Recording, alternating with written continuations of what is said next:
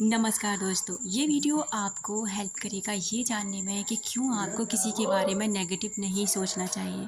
क्यों आपको दूसरों के बारे में केवल और केवल पॉजिटिव सोचना चाहिए और क्यों अपनी परेशानियों का ज़्यादा ज़िक्र नहीं करना चाहिए और ज़्यादा से ज़्यादा हो सके तो ग्रेटफुल रहना चाहिए और पॉजिटिवनेस अपने साथ हमेशा रखें। दोस्तों, हम सभी एक दूसरे से एनर्जी से जुड़े होते हैं। हम सभी एक एनर्जी है, ब्रह्मांड एक एनर्जी है, हमारे थॉट्स एक एनर्जी हैं और जब भी हम किसी के बारे में नेगेटिव या पॉजिटिव सोचते हैं तो हमारी ऊर्जा उनकी ऊर्जा से कनेक्ट हो जाती है और वो चीज़ें ना उस व्यक्ति तक पहुंचती हैं। पहला तो यही होता है कि वो व्यक्ति भी इन चीज़ों को फील करता है कि आप उसके लिए नेगेटिव हैं या पॉजिटिव, क्योंकि कहीं ना कहीं ये मैसेज उस व्यक्ति तक भी पहुंच रहा है।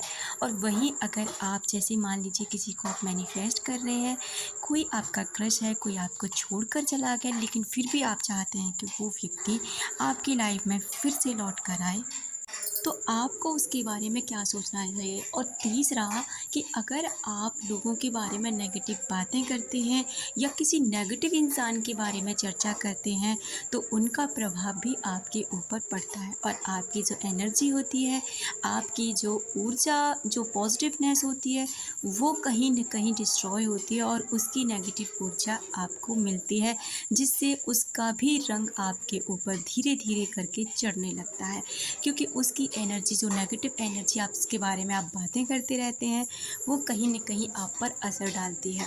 दोस्तों, जब ये बात जानते हैं कि हम सभी एक एनर्जी हैं और एनर्जी से एक दूसरे से जुड़े हुए हैं, तो फिर हम जब किसी के बारे में सोचते हैं अच्छा या बुरा, तो वो चीज़ें उन लोगों को भी प्रभाव डालती हैं। तो वहीं अगर आप किसी व्यक्ति को अपनी लाइफ में पाना चाहते हैं और चाहते हैं कि वो व्यक्ति आपके बारे में अच्छा सोचे, आपसे अच्छे पहले से आके बात करे, और अगर कोई व्यक्ति आपको छोड़कर चला गया है तो वो व्यक्ति भी आपके पास लौट कर आ जाए, तो ऐसा कैसे हो सकता है? ऐसा बिल्कुल हो सकता है, क्योंकि इस दुनिया में ना कोई भी चीज़ इम्पॉसिबल नहीं है। अगर आप किसी से अटैचमेंट ख़त्म करना चाहते हैं, आप वो भी कर सकते हैं। आप डिप्रेशन से बाहर आना चाहते हैं, वो भी आ सकते हैं।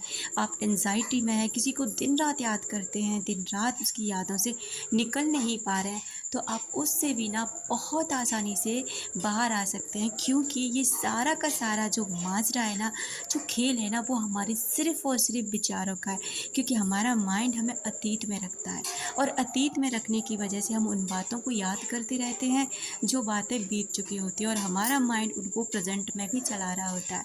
और यही वजह होती है कि हम चाह कर भी ना उस जगह से निकल नहीं पाते, उन्हीं यादों को बार बार सोचते रहते हैं, जिससे हमें और भी ज़्यादा दर्द होता है और जिससे ना हमें आज जो दिन है ना वो भी दिखाई नहीं दे रहा, और आज नहीं दिखाई दे रहा तो इससे फ्यूचर भी ख़राब होता है। तो हम अपना पास्ट, प्रेजेंट और फ्यूचर सभी मिलकर ख़राब कर देते हैं, क्योंकि आज पास्ट भी बनेगा और कल वाला आज भी बन जाएगा।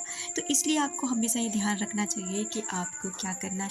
मुझे पता है लोगों को समझाने की ज़रूरत नहीं, बल्कि साथ देने की ज़रूरत है।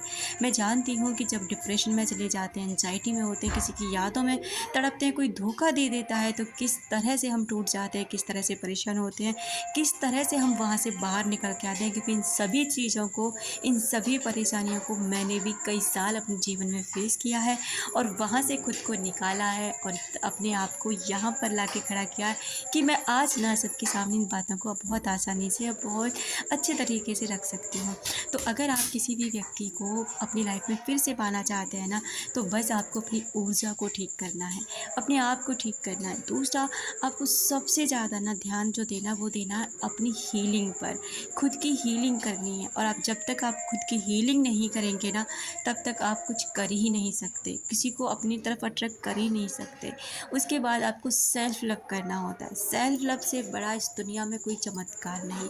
जब आप सेल्फ लव करते हैं ना, तो यकीनन आप ये स्वीकार करते हैं कि आप ना खुद से प्यार कर रहे हैं, खुद को स्वीकार कर रहे हैं।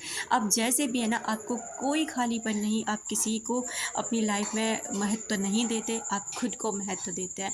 तो धीरे धीरे ना वो चीज़ें आपकी तरफ अपने आप अट्रैक्ट होने लग जाती है।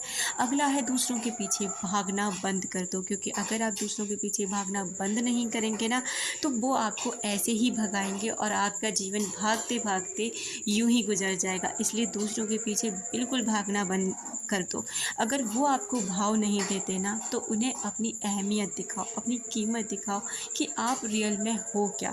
कितना भी बड़ा इंसान गेमर खिलाड़ी हो ना, लेकिन अगर आप कुछ रूल्स अपनी लाइफ में फॉलो कर लेते हैं, साइकोलॉजिकल को फॉलो कर लेते हैं ना, सब चीज़ों को स्पिरिचुअलिटी में थोड़ा सा भी अपना ध्यान दे देते हैं ना, तो यकीनन आप वो सब कर गुजरते हैं, वो सब हासिल कर लेते हैं जो आप करना चाहते हैं। लेकिन थोड़ा सा वक्त लगता है, थोड़ी सब्र की ज़रूरत होती है, थोड़ा वक्त लेने की ज़रूरत होती है और सरेंडर अपने भगवान को करते हैं, यूनिवर्स को करते हैं, आप यकीनन उस जगह पहुंच जाएंगे।